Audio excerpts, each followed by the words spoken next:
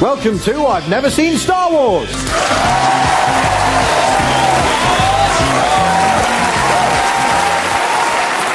Hello, I'm Marcus Brigstock, and this evening it will be my pleasure to coax my guest into trying some things they have never done before. Bravely volunteering himself for 5 new experiences tonight is controversial columnist, television presenter, gastronomic adventurer, food and drink writer, Giles Coren!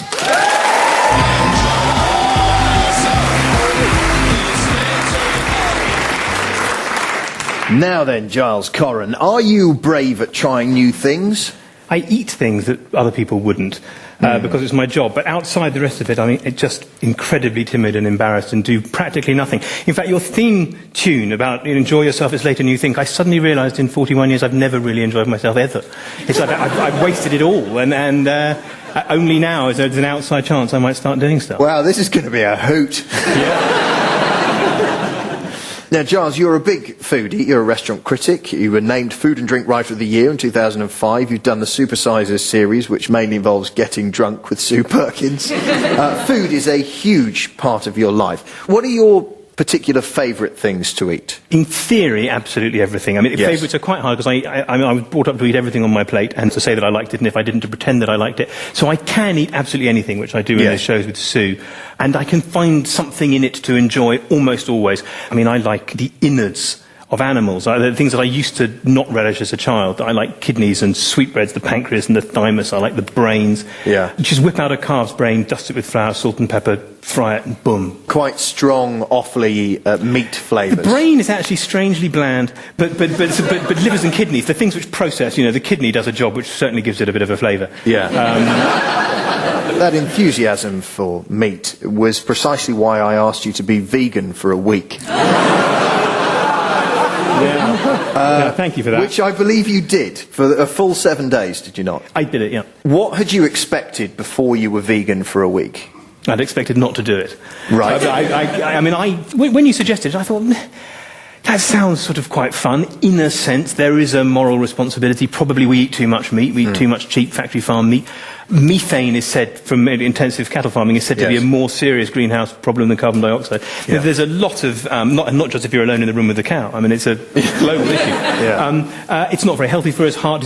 I was thinking it's like eating a little bit less meat. It's probably good. I thought Indians do it, but then I remembered, well, Hindus, not all Indians, obviously, but I mean, it's sort of. And then I thought, well, of course, they're vegetarian. They're not vegan. A little bit of ghee goes a long way. An egg, a bit of cheese. Vegan.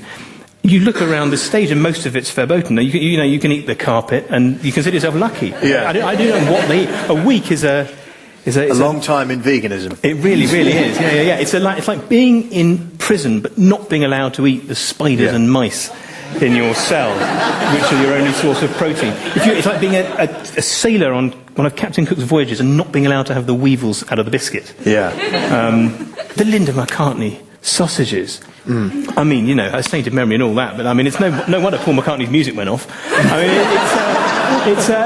mean, it's just stuffing. It's foam from the inside of sofas, which is no longer legal because it's not flame-proof. I mean, they don't live very long normally, vegans. I think normally. Hang on. Do you know that to be true?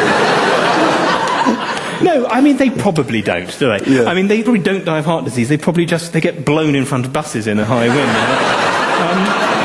Well, I asked you to keep an audio diary of your week, and now we've spliced together some of the moments from that. So let's just have a listen to how you got on. They are round, they're quite oily, they appear to have 7 or 8 smashed flies in each one. Crunchy nothing. It's like hi-fi packaging with a tiny bit of salt. It's like pesto except slightly grassier, slightly composty. It has a whiff of sort of dual carriageway, central reservation, sort of weed and dog pee. It looks like pressed birdseed bound in sperm. It's in a sort of strip. It smells fairly vile. I mean, it's proper reflux is what it tastes of. Like you've had to eat a bowl of cornflakes and then been punched in the solar plexus and it's come back up through your nostrils. It's slightly repeating on me. It's like eating a shoe. This great big splodge, it looks a bit like Sideshow Bob's pubic hair. These vegans put sugar in everything, which is why they're all fat and pasty and weak and stupid. Like everything I've tasted this week, someone has managed to actually isolate the taste of sadness and put it into a shape. So, Giles, generally speaking, how was it? What did you eat that was nice? I had an apple. Yeah. But I'd had one of them before. Yeah.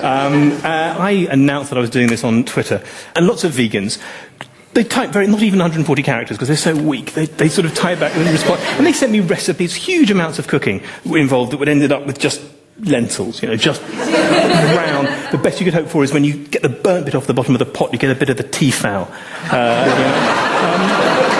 But some of those basic foods, the pulses and stuff, a nice dal. My pulse kept going all the way through. I'm with vegans, I thought, so that's awful thing. That's so pathetic. That's a vegan joke. That's the kind of thing vegans say to while away their long nights playing old Carpenter songs on the... Mike Tyson is now vegan. Is he? Yes, he is. But that says everything you need to know. Tyson's now a vegan. And the man, he beats women and he keeps tigers and he tattoos his entire body with ludicrous things and fills his teeth with gold and goes to prison, and then he also becomes a vegan. It's like the thing with Hitler being a vegan. Everyone goes, oh, what a surprise, Hitler was a vegan. And you're meant to be surprised because obviously Hitler liked fluffy animals. But the thing is that vegan is an extreme position. It is exactly the kind of thing you think a Nazi would be. Hitler didn't really like meat.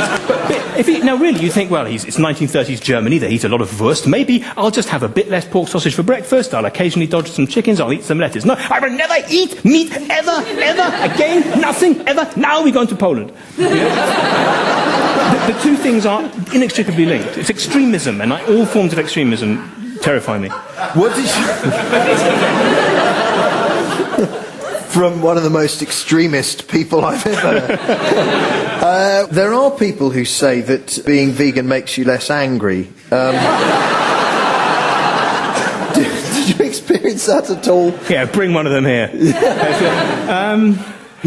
Beer vegans can't have. Beer and a lot of wine, and all the good wine, in the process of fining, which is removing the cloudiness, they use a fish derivative. Pub lagers, cheap lagers, that's all non-vegan. Good old English ales are mostly okay, but a hardcore vegan won't even get drunk. Wow. Which is good, because when he wakes up with a hangover, he can't have a bacon sandwich. Okay, well, you did it for an entire week. Your marks out of 10, please, Giles, for being a vegan.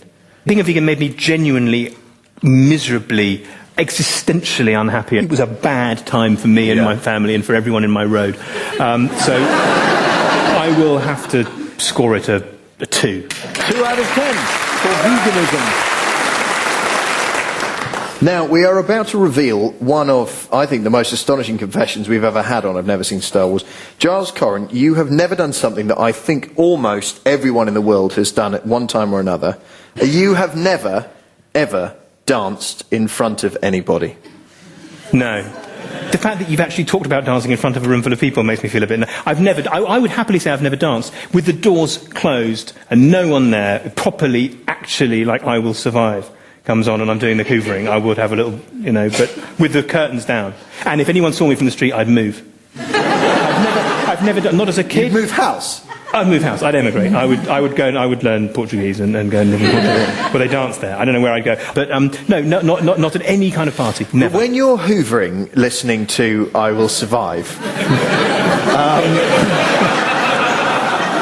wearing, it doesn't matter what, it's none of our business. Yeah. And you dance a little bit then. Does the movement with the music, do you find it pleasing? So brief before I become embarrassed with myself for having fallen for this nonsense that civilization and pickle it's got itself into, where it thinks that you put some electronically manufactured beat on a box, turn it on and start manically wiggling around, which is just such a nonsense. But the problem is that it does appear, this little bit of foot tap comes along when I'm driving sometimes. I can sense how it might be. Would you describe it as a phobia? There is chorophobia is the fear of... It's just like a fear of me. Is it really called chorophobia? Chorophobia, yeah. The irrational fear or aversion to dancing, often based on one's unwillingness to become aroused, excited or ecstatic. Publicly, yes. I've never... But you're in a state of arousal a lot of the time. Well, thank you. How do you mean?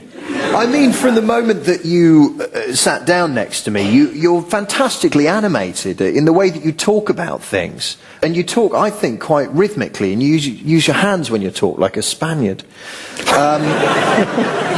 It's very, very important to use your hand, otherwise you don't even know what to say.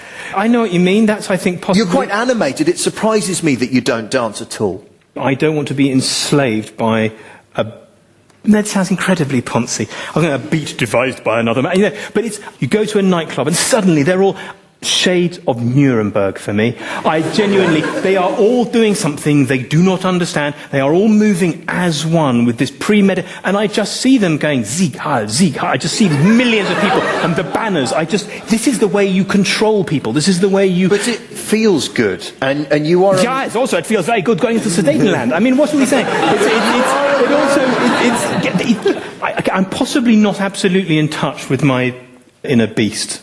I don't know, you see. I know with the food thing that you're interested in it, obviously, and you're able to express yourself very clearly and very well about food, but I know also that you really enjoy it. And you really get into it, and when it's good, you feel that pleasure. So it's not a sort of resistance to pleasure. So you understand what it is to give yourself over to something that carries you away. Why not music? Why not let that happen? Well, there is possibly an element of not being good at it. I don't really know, because I haven't really done it. Yeah. And I don't like to do things publicly that I know that I'm not good at. As a child, but I mean, I didn't go to I didn't really have any mates particularly. Yeah. But no, I was in all boys education, and so I didn't know any girls, and there were no parties. It was all a bit kind of grim. Okay, well look, I'm going to play a disco classic from the 1970s. This is Le Freak by Chic.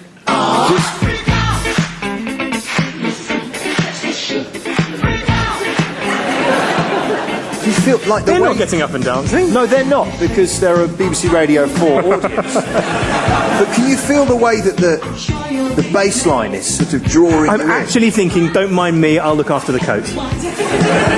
It's properly, I'll just nip out and have a fag in it. See, I did a tiny movement there and you actually shrieked. I did, I know, that was... And it was really quite good. Okay, let's kill the freak for now. Not you. Let's play Let's Face the Music and Dance by Nat King Cole. There may be trouble ahead. I can see, yeah. Just pause the music a second. Just before you stopped yourself, your head moved back and then forward. But only because I was remembering an old Access advert that they used to use that. Yeah. I know. You have to. It's in you. You're. This has turned into a counselling session now. I'm completely unqualified. It's brilliant. But there was a moment there where you moved your head back and then forward, and then you stopped. You caught yourself doing it. Going further back, if you went back, whenever I watched those, sort of Jane Austen things on BBC costume dramas, they put the music on and they just walk backwards and forwards quite slowly and then bow. And I think that I could probably do without feeling embarrassed. Really? I mean, not in a disco Something now, but I mean, if it were then. Yeah, something that is sort of moving slightly in time with music that doesn't feel overtly like dancing. Yeah. I think I can help you. There's a song here that I think you could dance to. I really do. Put your right arm in. But in all seriousness, this has instructions. Right?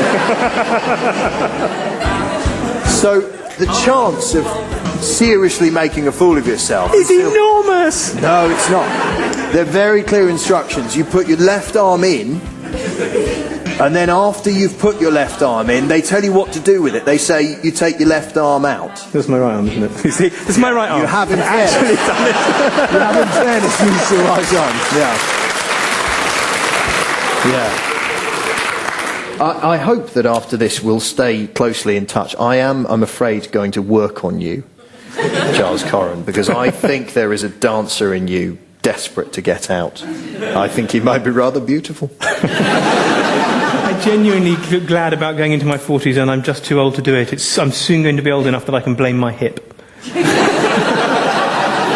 It's quite hard to ask you to score this. I suppose you could give a mark out of 10 for even talking about this publicly. What would you give it out of 10? I would say simply for the fact that the subject of dancing was brought up with the suggestion that I might do it, and I didn't say, I'm sorry, I've got to get the last bus, means that I'll have to give myself 6. 6 out of 10 just for engaging with the topic at all. Dancing in public, ladies and gentlemen.